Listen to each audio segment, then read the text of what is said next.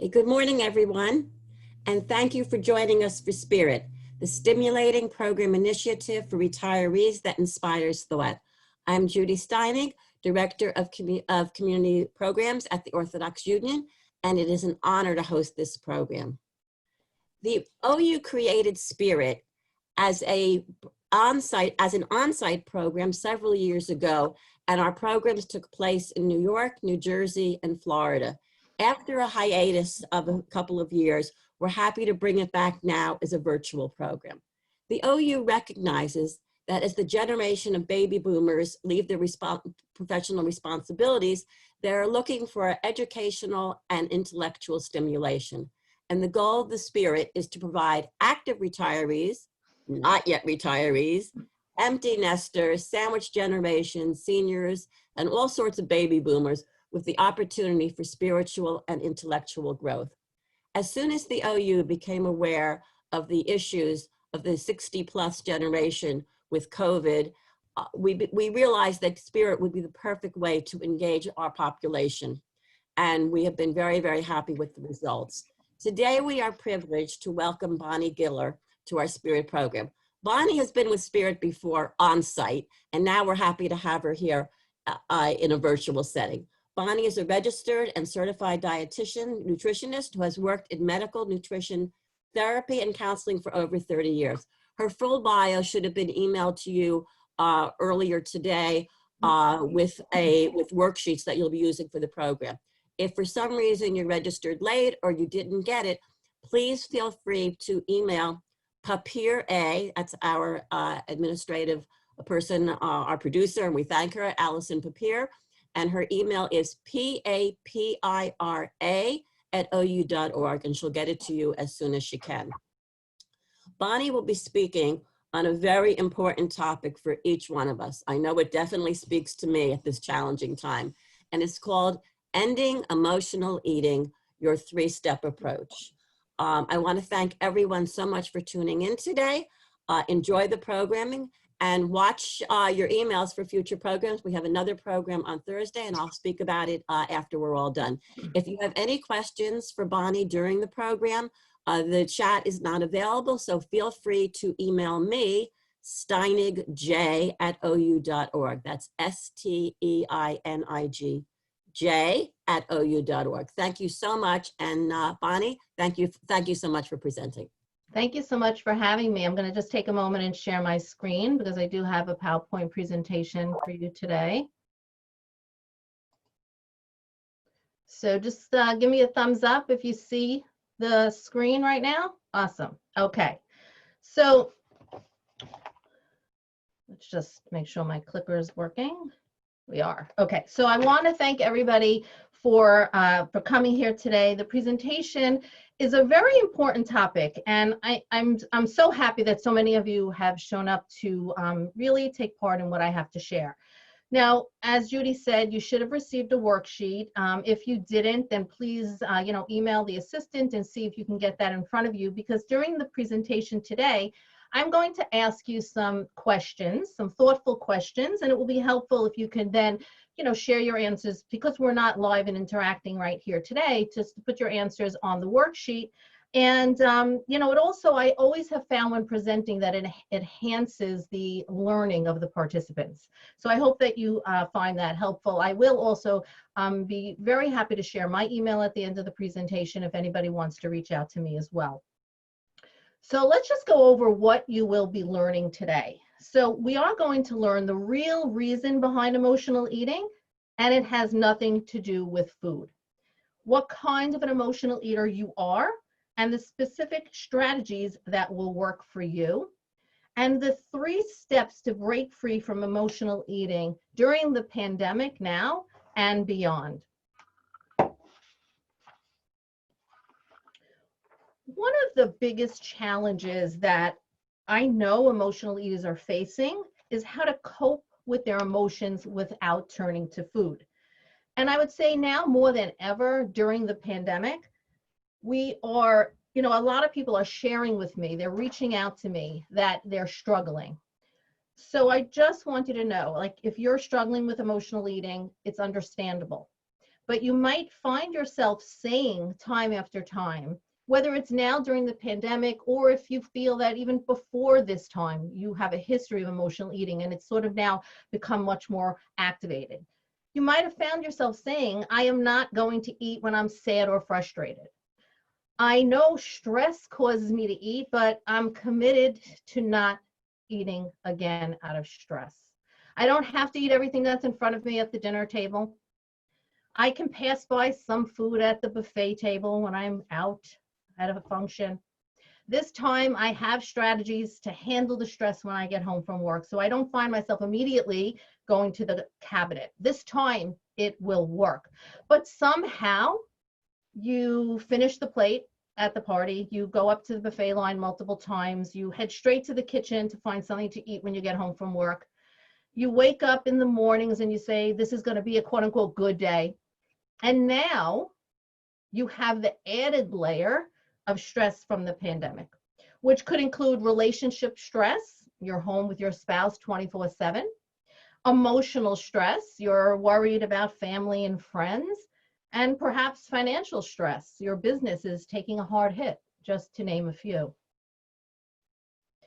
So I recently surveyed my online community and my client list, and I asked them, what is your biggest food and eating challenge that you are facing at this time during the pandemic? And 40% of the respondents said emotional eating. And 44% said comfort eating, which happens to be a form of emotional eating. And therefore, an astounding 84% said that emotional eating is their biggest challenge. And 100% of them said that they really want to learn how to stop. Now, there were some other challenges noted, included a lack of meal structure during this time and perhaps some late night snacking. And I will address some of those later on in the presentation. So if you're an emotional eater and you want to stop, please know that you're not alone. After working closely with chronic dieters and emotional eaters, it's become apparent to me that there is one big missing piece that is preventing you from stopping emotional eating to finally allow you to enjoy food again. And today I'm going to share what that missing piece is. And I am going to go a step further. I am going to share with you the exact 3 steps that you need to take to total food freedom, so you can put an end to emotional eating and enjoy a new relationship with food. Now, these are the same 3 steps that I take my private clients through on their journey towards ending emotional eating. So I'm going to give you some valuable tips, exercises, and case studies so you can see how to start taking action on these steps today, right after our presentation. And by the end of this talk today, you are going to see that it is possible to stop emotional eating when you have a solid plan, now during the pandemic and beyond. So let's just be clear who this training is for today. It's for you if you're a woman or a man who thinks about food all the time. What did I eat? When am I eating? What will I eat? You immediately turn to food when you're faced with a difficult situation or a feeling. You feel that food will answer all your problems, at least for a while. Maybe you feel guilty or embarrassed or ashamed or distraught after eating emotionally. You feel that food controls you. And you are specifically finding it hard to manage your feelings without food now while self-isolating. Let's just start then with an understanding of the emotional eating cycle. It looks like this. There are 4 points to this cycle.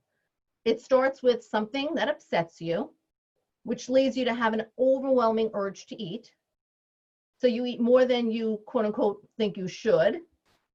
You feel then guilty and powerless over food, which causes you to be upset and start the cycle all over again. So I'm wondering if that sounds familiar to you. You can kind of shake your head if it sounds familiar. I would just like you to take a moment to imagine what life would be like if you were not an emotional eater. What would that do for you? So write down some thoughts on your worksheet. the first question on the worksheet was about the 4 points of the emotional eating cycle. You want to note those because those are important. And then the second question is answering, if I wasn't an emotional eater, what would that do for you?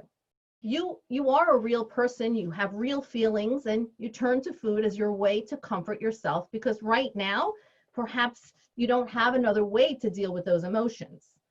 And maybe you don't really know right now how to have food present in your life without it always being an issue.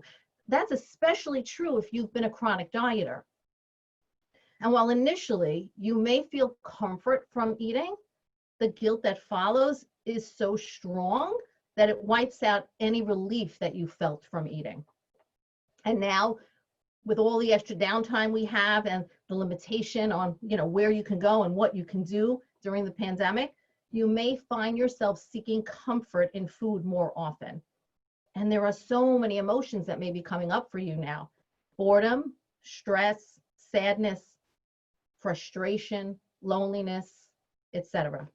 So I just want you to know that I get it. Please know that if you are turning to food more often now, this is absolutely quote unquote normal, for lack of a better word. And I urge you to use self-compassion and kindness for yourself as you listen to my presentation and you make a plan to learn to cope with these emotions without food. Okay, so let's just dig in now and talk about the 3 steps to end emotional eating. Step number 1. The first step is to identify your emotional eating type and triggers. So to simply say, I'm an emotional eater, but not dig deep enough to know what type of emotional eater you are and what triggers cause you to turn to food is probably a big reason why you're still struggling with emotional eating. So let me just ask you a question. What makes you turn to food when you are not hungry? So go ahead and write your answers down on your worksheet. What makes you turn to food when you are not hungry? Do you ever put yourself in a position where you eat because others are eating, but you really aren't hungry? Is food the first thing that you think of when you had a rough day at work or perhaps a fight with your partner? Why do you eat?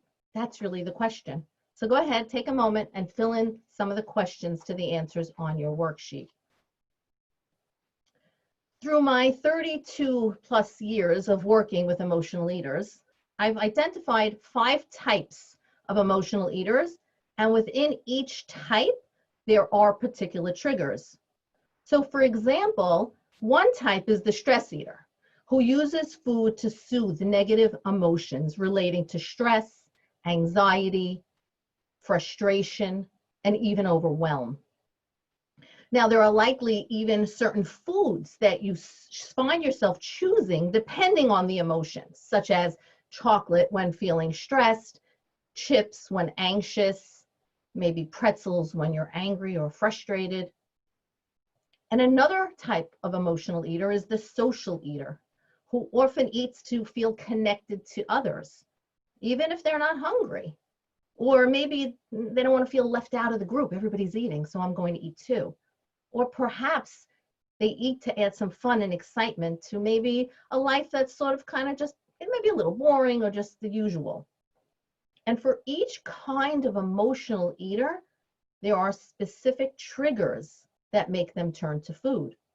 So for instance, for the stress eater, some emotional eating triggers are feeling overwhelmed with your work, your volunteer or family responsibilities, feeling frustrated with a partner, feeling anxious about a blood test or lab result that you're waiting for, or feeling angry perhaps at a friend or someone who might have done something.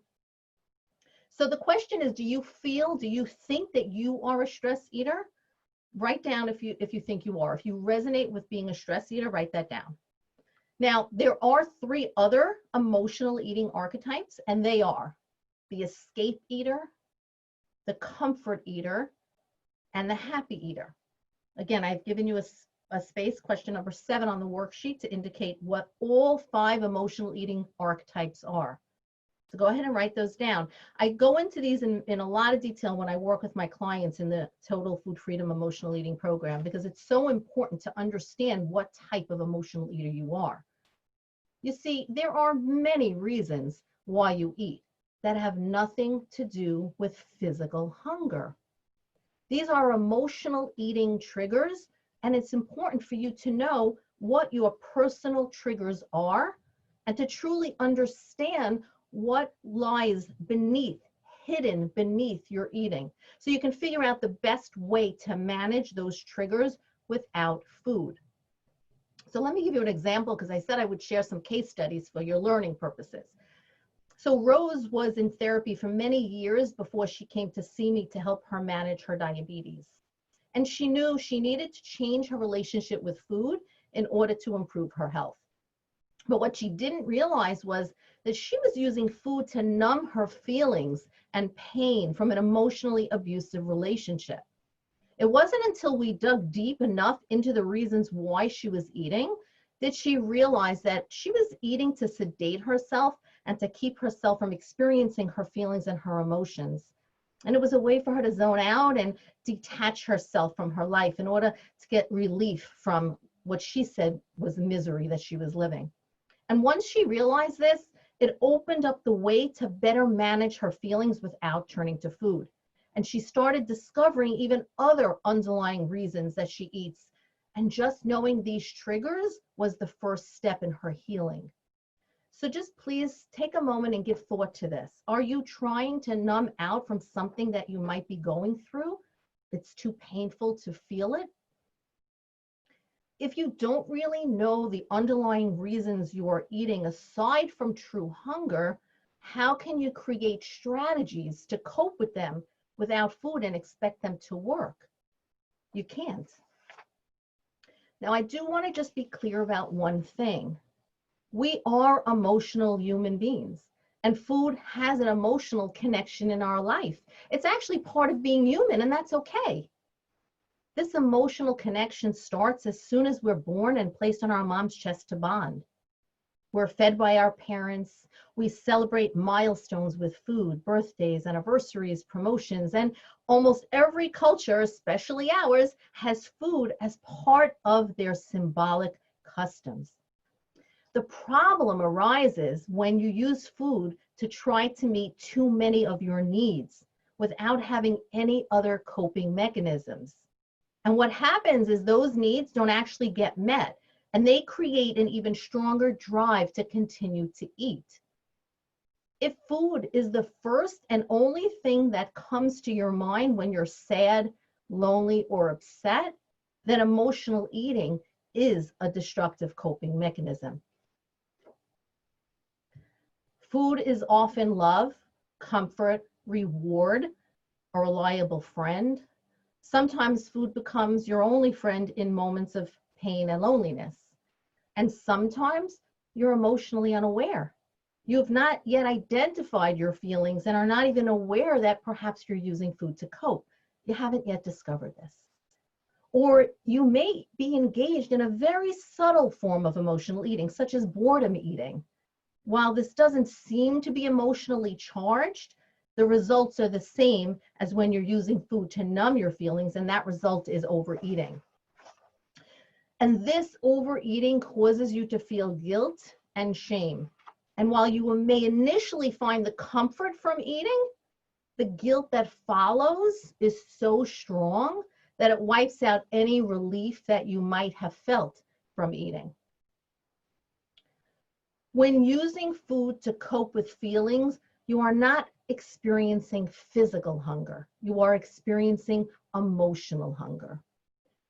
Emotional hunger is triggered by feelings such as boredom, anger, loneliness, anxiety, but not by physical hunger.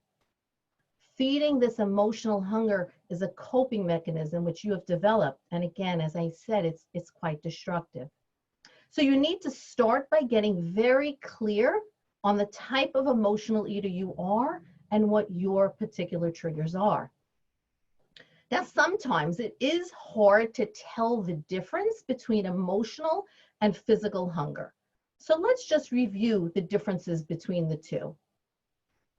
With emotional hunger, it develops suddenly, where physical hunger builds slowly and steadily. Emotional hunger is triggered by a feeling or an emotion, where physical hunger is triggered by a biological need. Emotional hunger stems from desperation to feel satisfied, where physical hunger stems from the natural need to eat and fuel your body. With emotional hunger, there's no stomach noise. But with physical hunger, we'll often hear some stomach rumbling and growling. Emotional hunger can only be satisfied by a specific food. With physical hunger, it can generally be satisfied by any food. Emotional hunger prevents you from recognizing when you've had enough. With physical hunger, it allows you to have awareness and to recognize when you're full. And with emotional hunger, it is associated with emotion before, during, and after eating, where physical hunger is not driven by or associated by emotion. So now you have an idea of how to distinguish between an emotional hunger and a physical hunger. And you've learned the different types of emotional eaters. Okay, so identifying your emotional type and triggers is step number 1 to ending emotional eating. So what is step number 2? The second step is to create customized strategies. Now, many experts are teaching you to find something else to do when you feel sad or lonely or frustrated or anxious. And maybe this works for you in the short term, but it hasn't in the long term. And that's because you need to connect the strategy to the emotion that you are feeling. It's true that having a strategy that distracts you in the moment can help with emotional eating. However, every situation or emotion that triggers a desire to eat will require a customized strategy to be successful. And if you don't have one, you will try strategy after strategy and likely end up eating anyway. You see, cookie cutter solutions, they don't work. You need to understand your triggers and then create customized solutions that work for you. Otherwise, the tips and the tools that you spend so much time on, you read about them, you try them, they just don't work. So think about that. Does that sound familiar to you? If you have a history of emotional eating, that likely would say, yeah, you'd probably be shaking your head, yes. So think about that. How many of you have read or heard about a tip to help with your emotional eating and it didn't work? Or again, it worked in the short term, but not in the long term? I know I really can't see you. So if you're, at home, just, kind of raise your hand for yourself if it resonates with you. And chances are you ended up blaming yourself and feeling like that you failed, or you tried to overcome emotional eating and it didn't work for you, and maybe you therefore think nothing will ever work, so forget it. Well, neither is true. You can put an end to emotional eating when you create tailored solutions that work for you. So for example, if your trigger to eat comes from a place of fatigue and exhaustion, well, your strategy isn't going to go, well, let me go for a walk, or let me run on the treadmill for 30 minutes, right? It just wouldn't make sense. Let's just take my client JoAnne, for example. So when I started working with JoAnne, she quickly realized that her eating was based on situations, feelings, and habits. And most of these situations involved emotional eating. So she identified that she was eating when she was bored, or she was procrastinating about completing some task that was really an unpleasant task and she just didn't want to do it.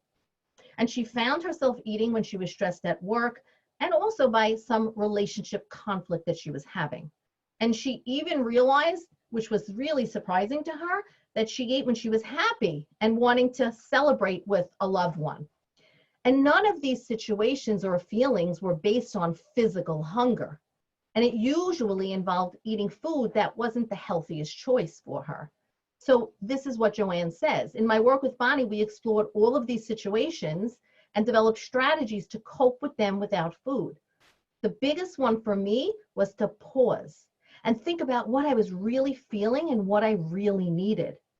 I can now recognize the boredom for what it is and find something to do that I enjoy. I know how to soothe myself when I'm stressed, and I have even been able to break the habit of eating while watching TV. And celebrating with family and friends has become more about the people and less about the food. So just imagine, what would it be like for you to soothe yourself when you're stressed without turning to food, to enjoy card night with your friends, hangouts with your family without worrying about how much you'll eat, to watch TV without mindlessly working your way through a bag of chips. I want to reassure you that you can do it. To successfully overcome an urge to eat that doesn't come from true physical hunger, you need to have a strategy that's customized to respond to your specific emotional trigger.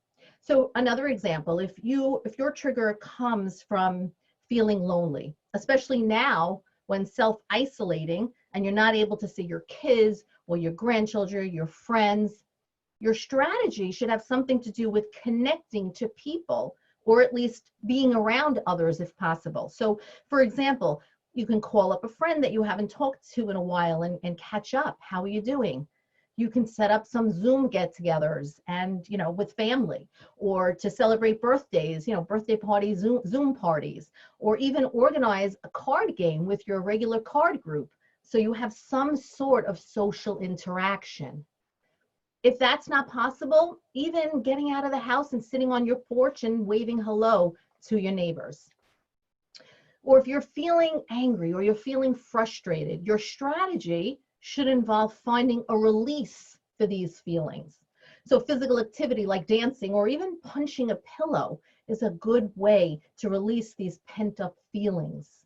Or writing down your angry, frustrated feelings, your worries, and then ripping up the piece of paper into tiny shreds. That also could be very cathartic. You'll be amazed at how easily you will be able to overcome your feelings without food once you dig deep to understand your particular triggers and then customize the strategy for those triggers. Now, one powerful strategy that can really help you understand your emotional eating is journaling. Journaling is verbalizing your feelings by writing them down, and it's very beneficial for your emotional well-being and to discover things that might have been buried for years. It can help with your emotional eating in a few ways. Number one, it allows you to express and release your feelings. Writing down your strong emotions will help to release the intensity of those feelings because, yes, emotions can become very intense.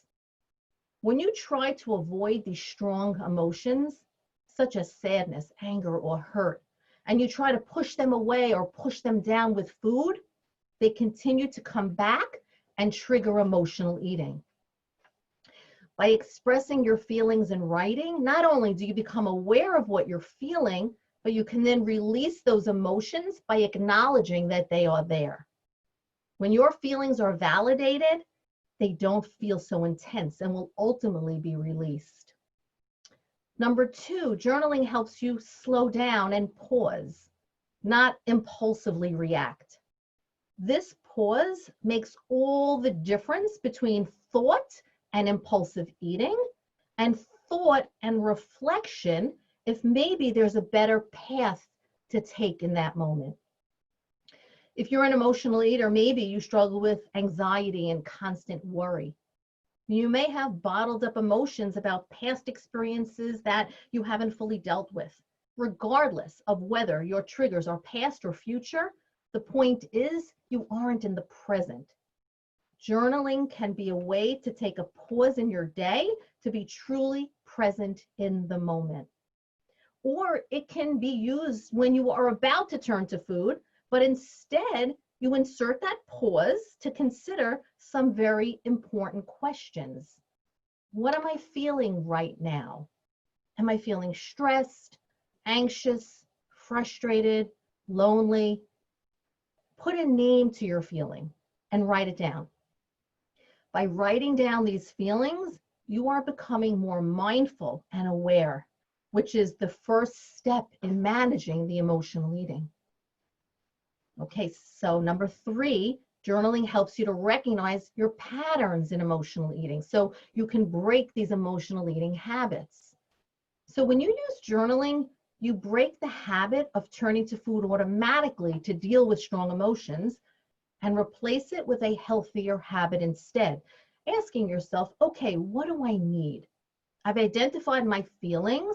Now, what do I really need to feel better? The answer is usually not food. It may lie in connection, self-care, the need for support, to be nurtured. Journaling can help identify the real need. And number 4, journaling helps improve your self-care. Self-care is giving yourself what it needs for you for your overall well-being, whether it's physical, mental, or emotional. By writing out your feelings, you're giving yourself some personal time to express those feelings. And by taking care of your emotions in this way, you're taking care of you, resulting in a greater sense of overall well-being. Now, my client June started journaling when we started working together. And here's what she says about how journaling has helped her. She says, I started journaling to my mom, who I lost at the age of 10. She missed every milestone in my life. As an adult, I started to realize how this played into a lot of the emotions that I have today and probably relates to my overeating. Bonnie suggested I started to start journaling, so I decided to write to my mom every night, and boy, it has been great. I've shed a lot of tears, but I love sharing things with her. This is helping me on my journey. So stick around to the end of today's presentation because I have a free gift for you that will help you either get started with journaling or perhaps enhance your journaling practice. Okay, so now it's time for the 3rd step, but I'd like to recap what we've covered so far to make sure everybody's with me. So we've talked about the importance of discovering your emotional eating type and triggers to fully understand what lies beneath your overeating and turning to food when you're not physically hungry. And we talked about customizing the strategies to your particular emotional triggers to help you cope with your emotions without turning to food. All right, so you ready for the 3rd step to end emotional eating for good? This is not only going to help you stop emotional eating and manage your cravings, but it will help you enjoy a new relationship with food. The 3rd step is to use food as your ally. And I don't know, maybe some of you are thinking, like, did she really just say that? Food is my enemy, you might be thinking. No, I did say that. Food is your ally. You see, for emotional eaters, food has the power over you. It controls you. But food actually can give you the power you need to end emotional eating. Let me explain because this is super important and I know it's going to change everything for you. When you give your body the right nutrition, you can better manage your emotions, moods, and cravings. Armed with the right information and know-how, food can become your secret weapon to overcome emotional eating. Now, emotional eating is, of course, deeply tied to emotional issues. We've been talking about that. But it is also exacerbated by not giving your body the nutrition it needs. When you see it like this, food doesn't have to be your enemy. It's your ally. Achieving nutritional balance by adding in key foods and nutrients you are currently missing from your meals will help you manage your mood, your emotions, and your cravings. Now, as you know, I'm a registered dietitian nutritionist. I can really get into this stuff, but I also love making it really easy for you to understand. So there are 3 key ways that food can be your ally in regulating your mood and cravings. We're going to go through those 3 ways now. Key way number 1 is through brain chemicals. Your brain produces certain chemicals that can help you regulate your mood and decrease cravings. So for example, serotonin, known as the feel-good hormone, that's one of those brain chemicals I'm talking about. It makes you feel positive, happy, calm, and confident. Proper nutrition can stimulate the release of serotonin. Now, serotonin isn't found in foods, so it's not something that you can directly add to your daily food routine. But serotonin is synthesized by an amino acid called tryptophan, which is found in many foods such as eggs, cheese, and salmon. But here's the trick.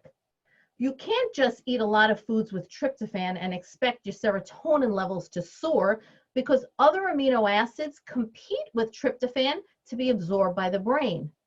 So tryptophan needs an extra boost to ensure that it will be absorbed.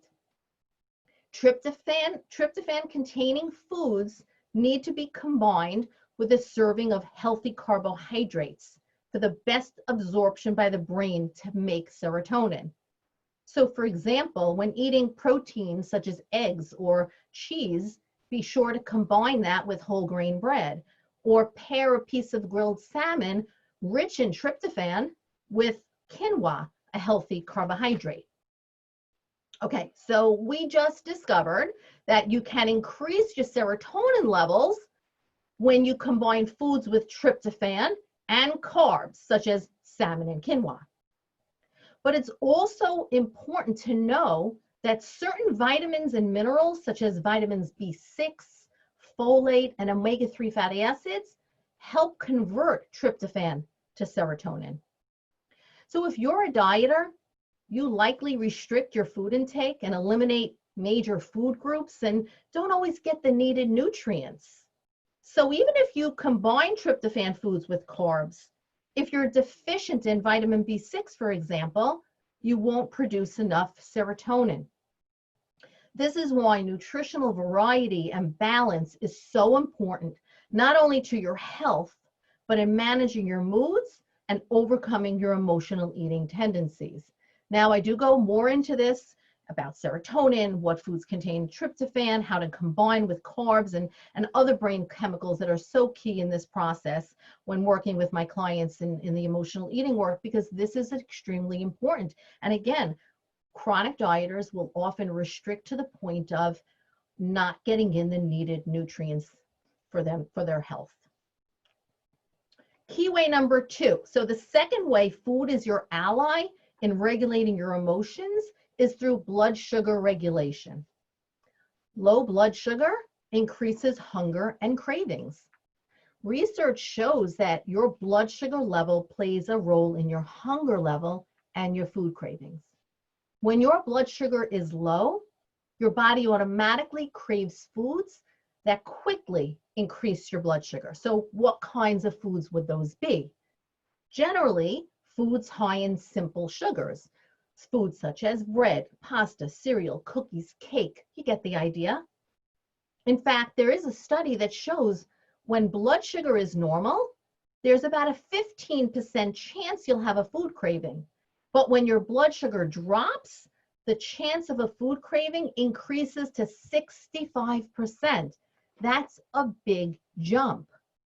So learning to keep your blood sugar within range can be a powerful tool to decrease the chance of a food craving creeping in. And by the way, this is not just somebody with diabetes or prediabetes, it's all of us. Blood sugar regulation is key to manage moods and cravings. So how do you do that? Well, one way is to eat meals that are nutritionally balanced. The problem, again, is that most dieters restrict their choice of foods, so they're missing out on key nutrients that are not only important for good health, but also stabilize blood sugar and stop the cravings. When your meals are not well balanced, this affects your blood sugar, which affects your energy levels, causing you to feel tired, cranky, and irritable. So do you see why what you eat can be your best tool to prevent cravings, keep you energized, happy, and best manage your emotions? Okay, the third way, we're up to the third way that food is your ally in managing your emotions, and that is through a variety of foods. So besides all of the biological and physiological factors that make you susceptible to food cravings, there is also an important psychological factor that may be increasing your food cravings, and that is a monotonous diet.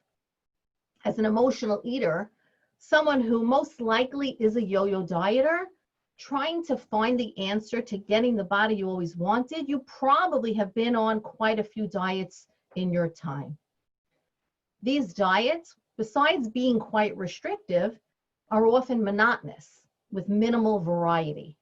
And well, that has worked against you in your effort to overcome emotional eating big time. That's right.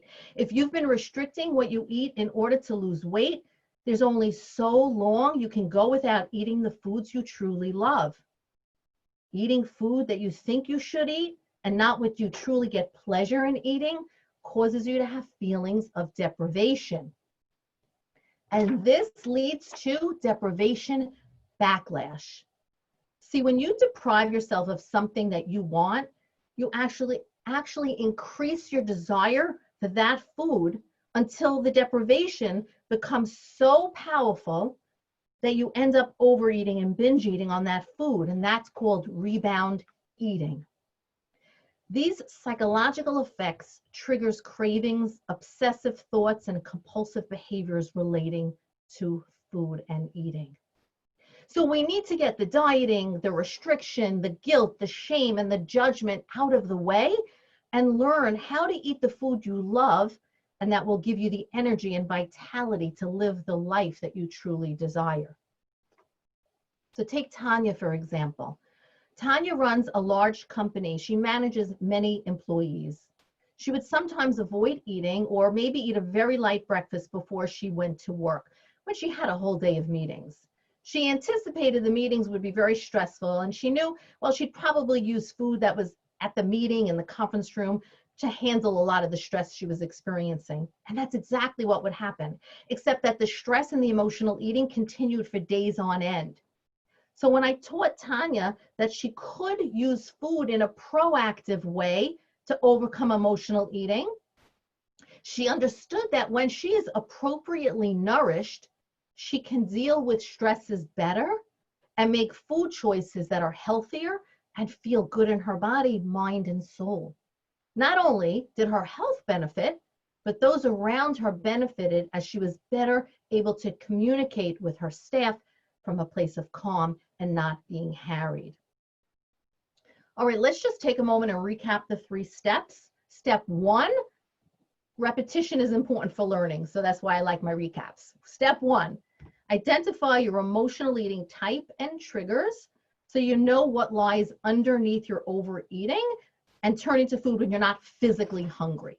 Step 2, create customized strategies so you know how to tailor your strategies to your particular emotional triggers to help you cope with those emotions without food. And step 3, use food as your ally so you know how to give your body the right nutrition so you can better manage your emotions, your moods, and your cravings. And these steps are so powerful in helping you put an end to emotional eating so you truly can enjoy a new relationship with food. Now, in the beginning of my presentation, I had mentioned that I surveyed people to inquire about the biggest food challenge during the pandemic. And while the majority said emotional eating, there were some that said they were struggling with a lack of structured meals during this time. Well, now that you're home all the time, you may be waking up later or earlier, finding yourself skipping meals or just have a decreased appetite. Now, more than ever, it's important to nourish your body and protect your immune system with nourishing foods. So I'm going to share with you 3 strategies for eating well during the pandemic and beyond. Strategy number 1, plan ahead and shop wisely. So with social distancing as the new normal, we know it's best to stay at home and go outside as little as possible. So figure out in advance what meals you would like to cook for yourself, for your spouse, your family during the next week. Look up some interesting recipes online or flip through your favorite cookbooks like mine, which you see on the screen, Enjoying Food Peace, Recipes and Intuitive Eating Wisdom to Nourish Your Body and Mind. It's available on Amazon if anybody is interested, and it has over 150 recipes, as well as a chapter on intuitive eating. So if you're not familiar with what intuitive eating is and it's piquing your interest, you'll enjoy the chapter as well as some intuitive eating wisdom that's peppered through the book. So you look through your cookbooks, you come up with what recipes you want to make, and you create a shopping list of all the ingredients you need so you can get everything you need in one trip. As you know, a majority of the local stores are now doing online shopping with delivery or curbside pickup, so do take advantage of this. So planning ahead is key. I always say planning is smart living.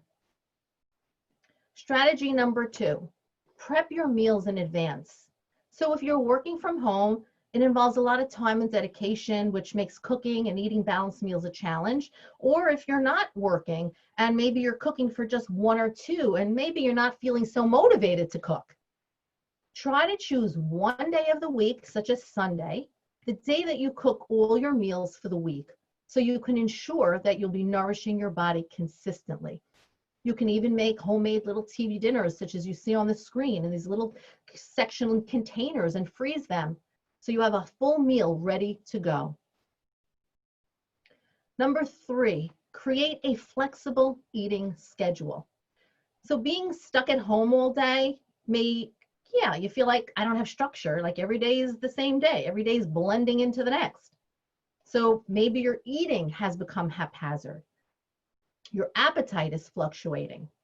So I really encourage you to set up a flexible eating schedule, an eating schedule that is flexible, meaning that if you decide certain times that you want to eat, you have to allow that flexibility so you don't feel like, oh, I didn't eat, and you get the guilt and the shame and I did it again. So there's an eating schedule you put together for yourself, but it is a little flexible.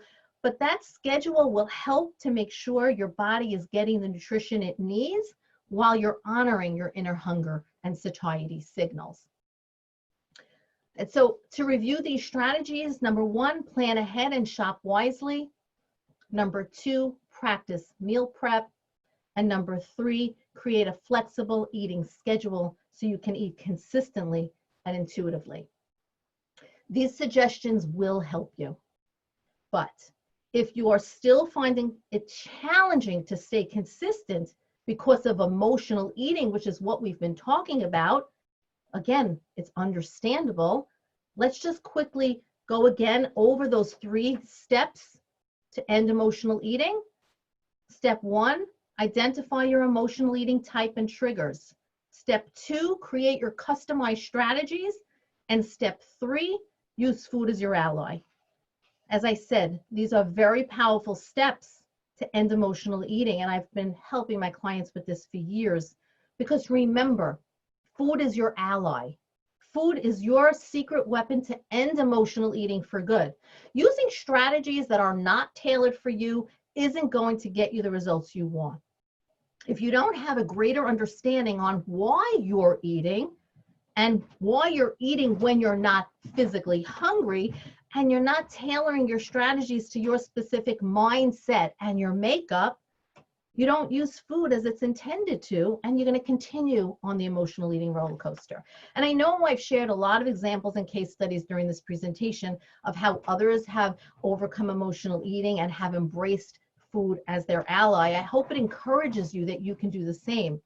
And here's just one more story. Nellie, she says, the idea of embracing food to help with my journey to end emotional eating was a life changer for me. Bonnie helped me understand the process, helped me understand how I can biochemically shift things using food, not just to feel better or escape, but using food to actually give me the energy and vitality and the things in life that I really want. And these are real people. I know it can work for you just like it's working for them. And so for a moment, I would like you to imagine how it would be if you can finally put an end to emotional eating and enjoy total food freedom, not just during the pandemic, but beyond, for the rest of your life. You can go out to dinner when we can go out to dinner again, right? You can go out to dinner and not have to obsess about what you're going to eat.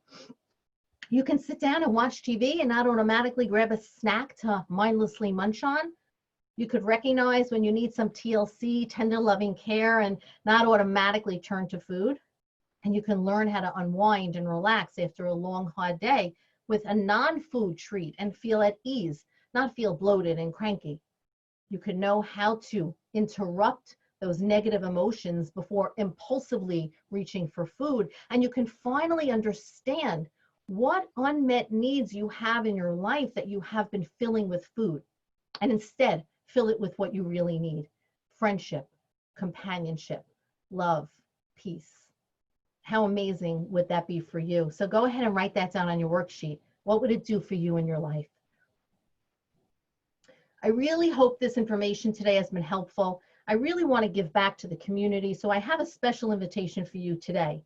If you are really ready to uncover the real reasons why you eat when you're not hungry, then I invite you to an emotional eating breakthrough call for me. It's a complimentary call. And on the call, we will get clear on the challenges that you're facing, whether it's just now during the pandemic or in general. We'll clarify the 3 steps that you need to end emotional eating for good. And we will determine if working together to end emotional eating might be right for you. If you'd like to accept this free invitation, there's a link on the screen. You just go to dietfreeradiantme.com/talkwithbonnie. And what you do is you put your name and email in, and then you'll automatically get directed to my online calendar. You can go ahead and choose a time. And I will then send you some questions in advance, which will be really important for you to fill out and send back so we can really use our time efficiently.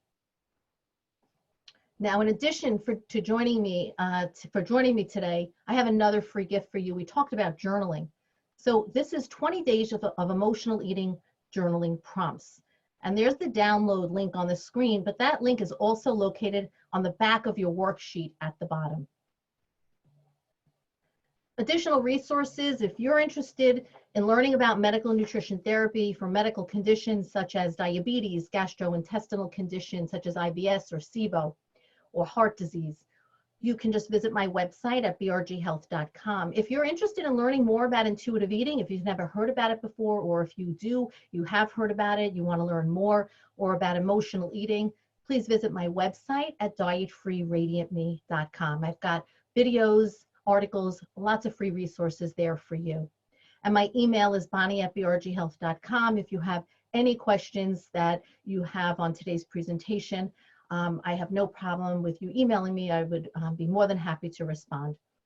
And again, your gifts for joining me here today to discuss this very important topic: your emotional eating breakthrough call, dietfreeradiantme.com/talkwithbonnie, and your emotional eating journaling prompts, dietfreeradiantme.com/20 days. I thank you so very much for being here, and please be well and stay safe. Bonnie, thank you so much for that superb presentation. I know I learned a lot. I'm sure everybody else did as well. I want to encourage everybody to reconnect with Bonnie through her website. She's given us a ton of resources. If anybody in the, there were a few requests for the worksheets during the presentation. I hope everybody received them. If not, you certainly can reach out to us. We have been recording the session. So if you missed any of it, if you have friends that missed it, please reach out to us. We're happy to get it to you.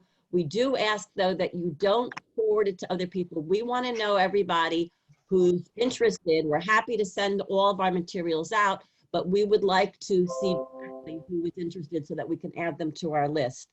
Again, thank you so much, Bonnie. I want to remind everybody that on this Thursday, April 30th, we continue with Spirit with Sarah Burson on thriving despite isolation. So that please join us at 11 o'clock. You will be getting a separate email for that.